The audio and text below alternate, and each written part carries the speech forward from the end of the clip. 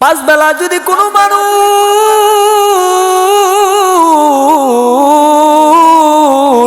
পাঁচ বেলা যদি সেই পুকুরে নেমে গোসল করে রে, তার শরীরে কোনো ময়লা থাকতে পারে না রে বান্দা। পাঁচটা বেলা আবার যদি গোসল করে সেই পুকুরে কোনো সময় তার শরীরে ময়লা থাকতে পারে না। পাঁচ বেলা গোসল করার কারণে এ বান্দা পুকুরে পাঁচ বেলা গোসল করার জন্য তোমার শরীরে যেমন ময়লা থাকে না, আমার ঘর মসজিদ, সেই মসজিদে এসে যদি তুমি পাঁচ বেলা সেই মুয়াজ্জিন সাহেবকে পাঁচ বেলা গো,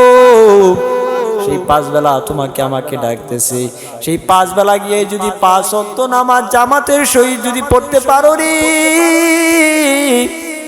আল্লাহ বলে রে বান্দা সেই পাঁচ ওয়াক্ত নামাজ যদি পাঁচ বেলা গিয়ে যদি পাঁচ ওয়াক্ত নামাজ পড়ো, এই বান্দার কোনো সময় গুনাহ থাকতে পারে না। তুই পাঁচ বেলা সেই পুকুরে নেমে যদি গোসল করো, তোমার শরীরে কোনো ময়লা থাকতে পারে না। পাঁচ বেলা যদি সেই মসজিদে গিয়ে যদি তুমি পাঁচ ওয়াক্ত নামাজ পড়ো রে, তোমার শরীরে কোনো সময় ময়লা থাকতে পারে না রে বান্দা। এজন্য বলি রে বান্দা, পাঁচ ওয়াক্ত নামাজ পড়ার জন্য তুমি